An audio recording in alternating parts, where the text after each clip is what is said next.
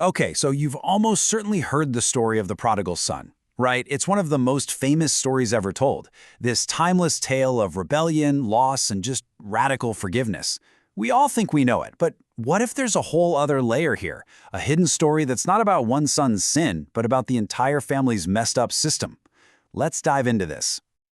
It all kicks off with this line. Honestly, this is one of the most shocking, disruptive requests you can find in ancient literature. The younger son is basically saying to his father, "You're worth more to me dead than alive. Just give me my stuff now."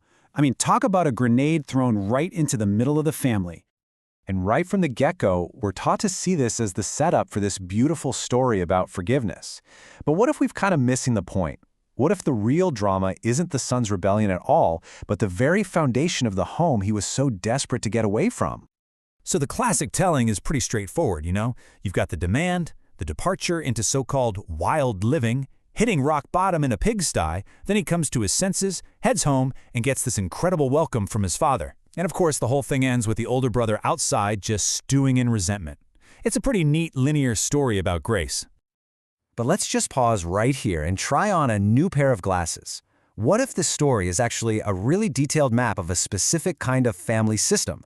You know, a system where everything looks fine on the surface, but underneath, something absolutely crucial is missing. So what do we even mean by a family system in this context? Well, think of it like this. It's a home that runs on transactions, not real connection. Love is shown by providing things, not by being present.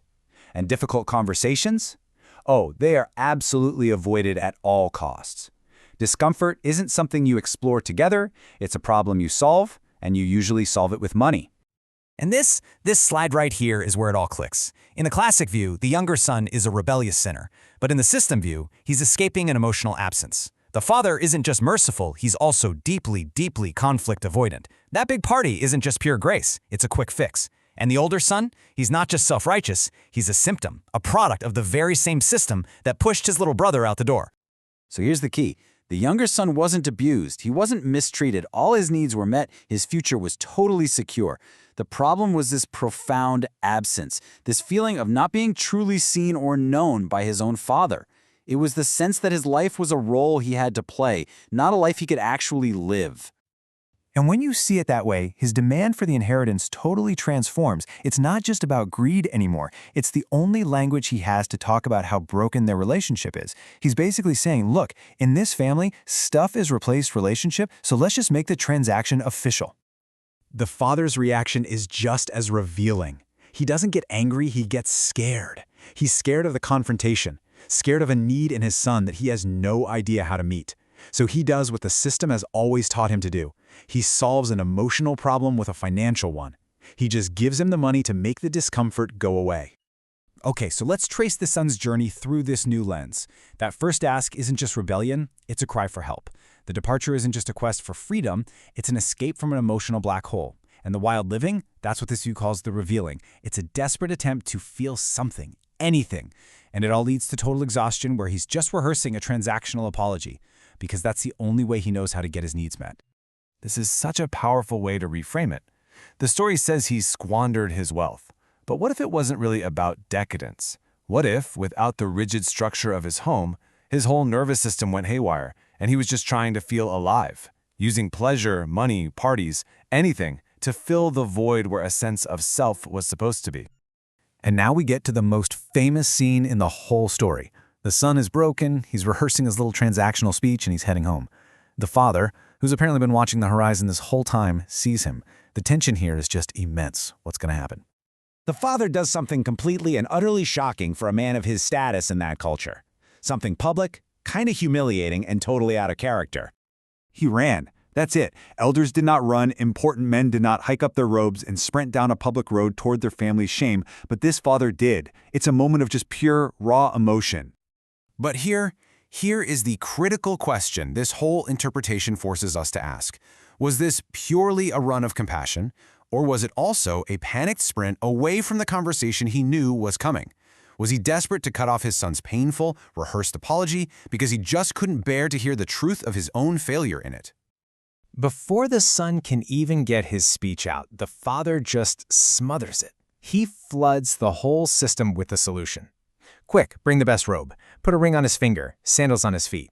He instantly restores his son's status, maybe not out of pure wisdom, but out of a desperate need to avoid the pain of the truth. And that means the party itself, the big celebration, becomes another classic move of this family system. It's a solution, not a process. It lets them skip all the messy, necessary work of grieving what was lost and actually talking about the loneliness. They just jump straight to the party because they have no idea how to sit together in the hard stuff. But then something kind of amazing happens. When the angry older brother refuses to come inside, the father goes out to him, and this time the conversation is completely different. He doesn't offer a quick fix, he doesn't command him, he just speaks gently. He affirms their relationship. You are always with me. He invites him. This is a moment of late but very real growth for the father. And this, for me, is the true genius of the parable. It doesn't have a neat little happily ever after ending. It just stops. It leaves us hanging, and that's the whole point, because healing a broken system is never, ever finished in a single day. We're just left to wonder, does the elder son, who's trapped between a lifetime of doing everything right and feeling totally resentful, ever actually walk through that door? And what about the younger son? He's got the robe and the ring, but he never actually got to process his pain. Does he manage to stay whole? Or was that quick fix just not enough? And finally, what about the father? Did that one moment of growth with his older son actually stick? Has he truly learned how to sit with discomfort instead of just throwing a party to make it go away? The story leaves it completely open. And that brings us to the final, haunting question this interpretation leaves us chewing on. It asks if real, attentive presence, even when it shows up super late in the game, can it really heal and transform a family or a relationship or a system that was built to run on just function and avoidance? And that's a question that pushes this ancient story right into the heart of our own lives today.